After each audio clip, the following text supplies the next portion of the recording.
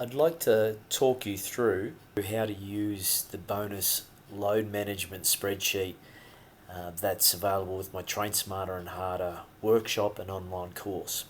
So it's split into three parts. We have the training load simulator, the training load planner, and the dashboard. So let's look at the simulator first. Now the idea behind the simulator is that it allows you to test a few different cases. So before you start a training program and you have yet to decide on the change in load from week to week, this allows you to have a discussion with your coaching staff, your artistic directors, any one of your leadership team, as well as the athlete.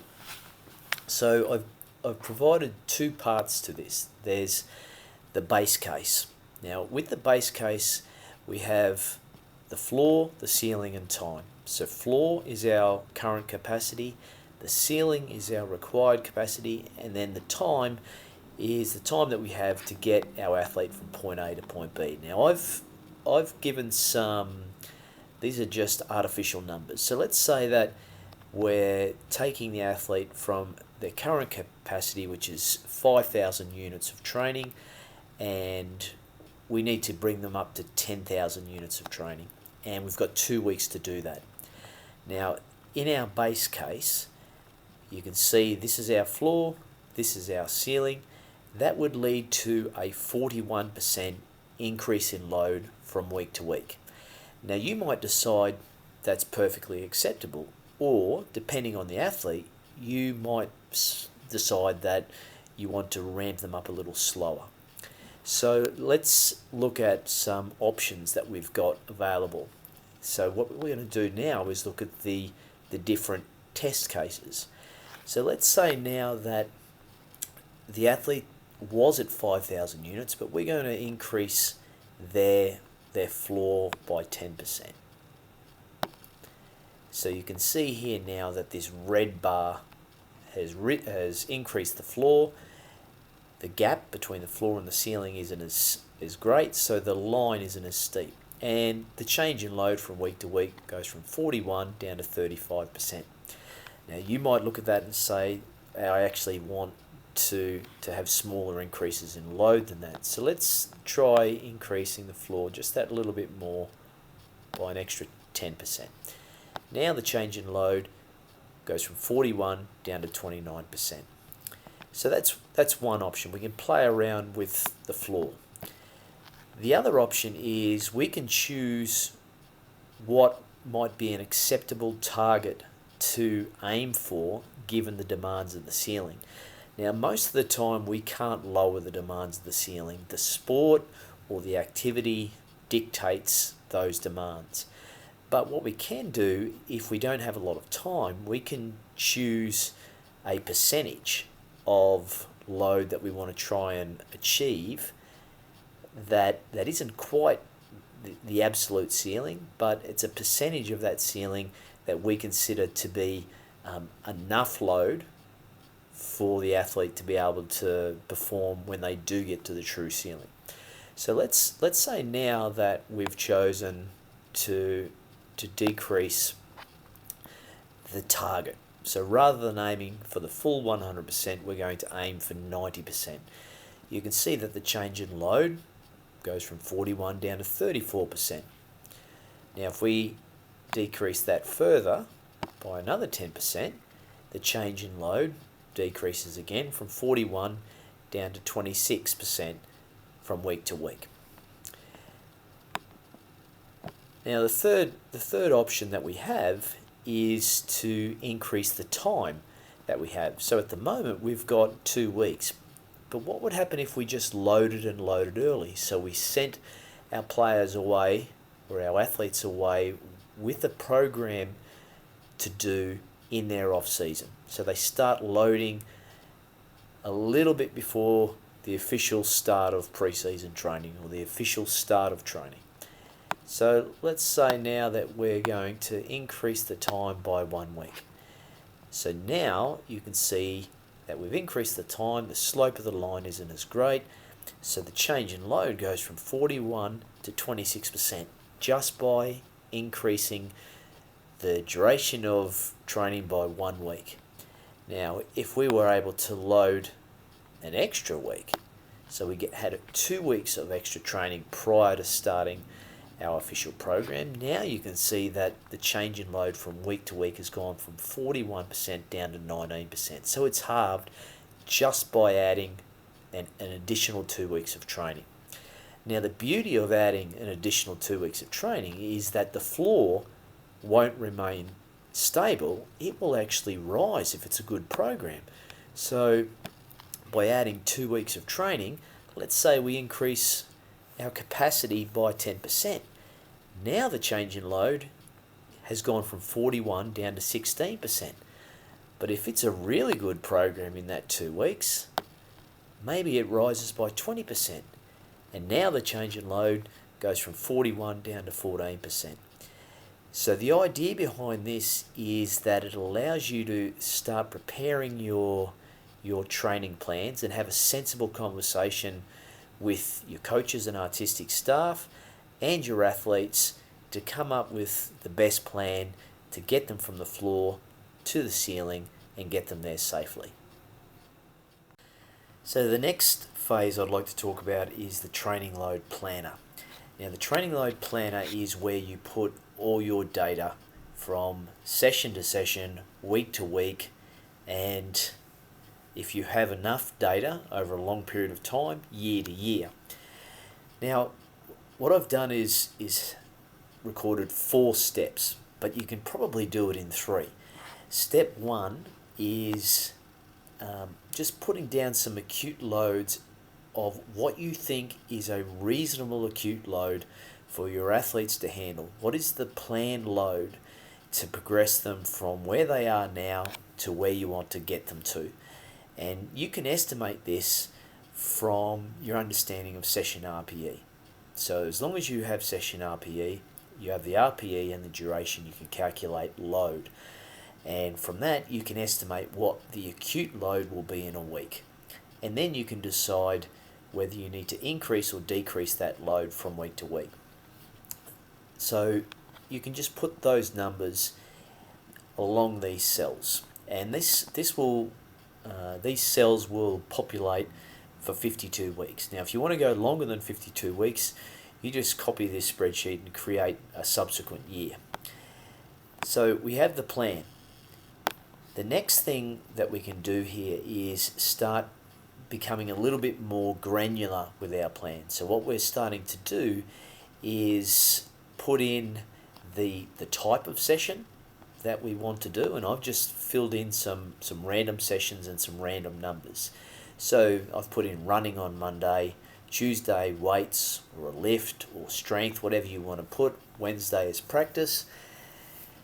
You can use the RPE scale to plan the intensity of those sessions and the planned duration. This load score will automatically calculate for you. So it will just multiply the intensity by the duration to give you a session load score. Now, if you have 2 sessions in a day,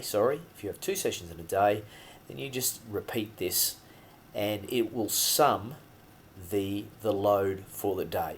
Now, if you have more than 3 sessions in a day, then you'll just have to adjust the spreadsheet slightly by copying the cells from session 2 down to load.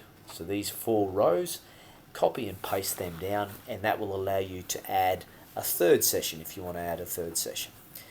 Now, what you've got then is a day-by-day load. So from that, we can have the total planned load for the week, and it will automatically calculate where that load is coming from. So in this particular plan, we have 837 units of running, a little over 1,000 units of weights, a little under 1,000 units for practice, and then our game data is around 400 units. So then we can do this across weeks. So at the moment we've just done week 1, but you can do the exact same thing for week 2, week 3, and so on out to week 52. So this is our planned load.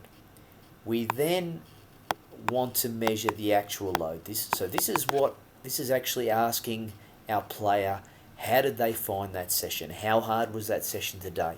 So they fill in, either they fill it in or you fill it in, the session that they completed, their actual intensity, their perceived intensity, and the actual duration. The training load will automatically calculate. We've got session 1 and session 2, so we have a daily load. And then what we're able to do is compare the planned load versus what the athlete actually did. And what we have across the 7 days of training, little under 14 sessions by the looks of it, or it is 14 sessions, we've got a difference from the plan of around 100 units. So what we can say there is that the actual loads matched our planned loads really well. But what this allows you to do is you can look at whether your athlete is under or overtraining relative to the plan. Now, the last thing we can do is ask our athletes or check the response to that load. Now, we can do this in a number of ways, but this is a subjective scale that involves 5 questions where we ask our players, how fatigued do you feel? How is your sleep quality? How is your general muscle soreness? How would you describe your stress levels? And what is your mood? Typically, I would do this on days where I know I'm going to have a high stress session or a high stress day. I want to know that my athletes are ready to handle that high stress day.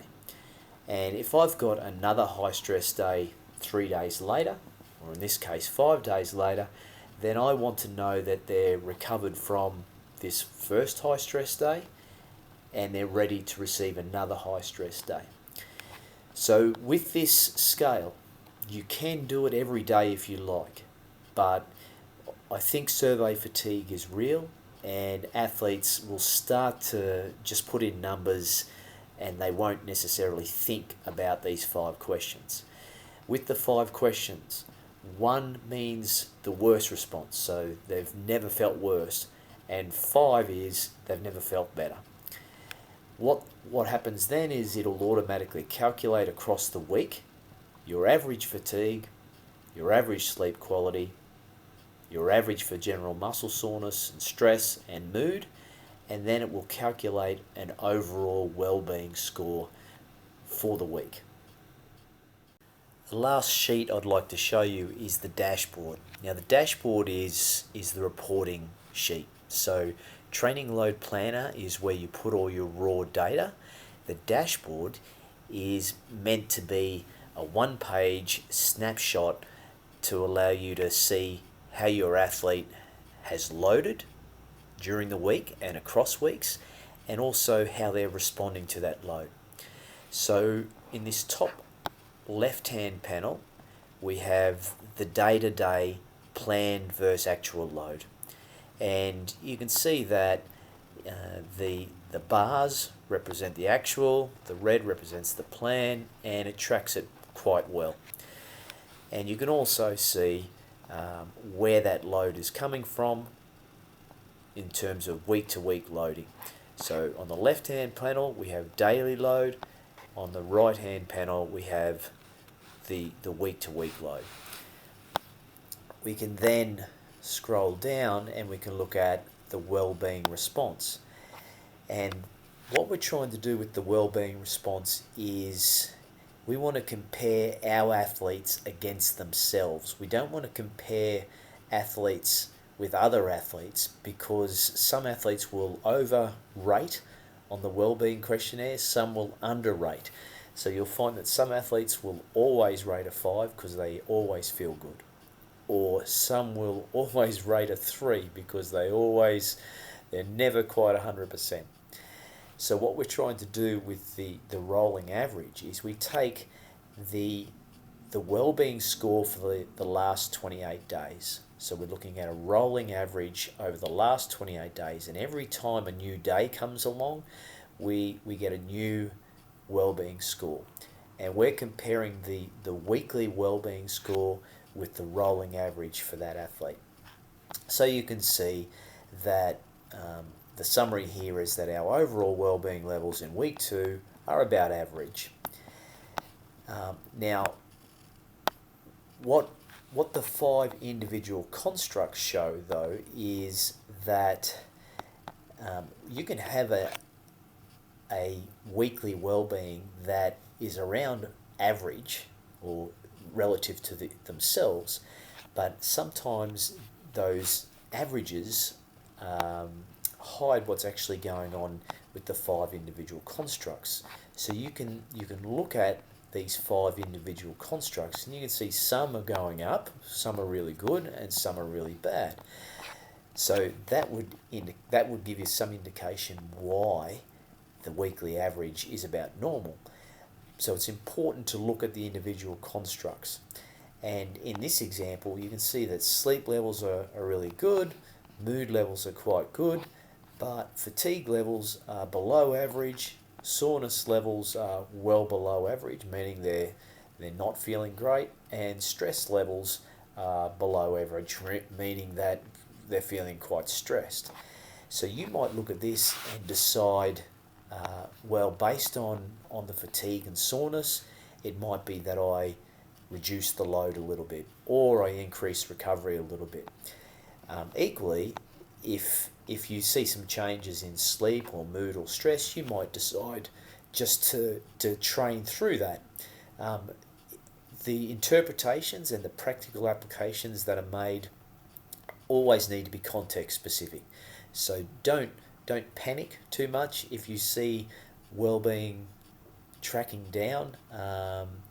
It could be quite normal based on the situation, based on being in a heavy pre-season. But it might just give you some conversation topic or a starter for discussions when you're discussing this athlete in your medical meetings. Now, if you want to look at different weeks, just use this drop-down menu and it'll give you each new week. So if you want to progress to, if you're now in week 3 and you want to see how your players are loading and responding, then you just go to week 3 and it'll automatically populate for you. So you've still got your weekly and rolling average well-being, and you can see now that our athletes are fatigued and sore, but they're in the green for sleep, stress, and mood. So hopefully this will give you a really quick snapshot of the load response for your athletes.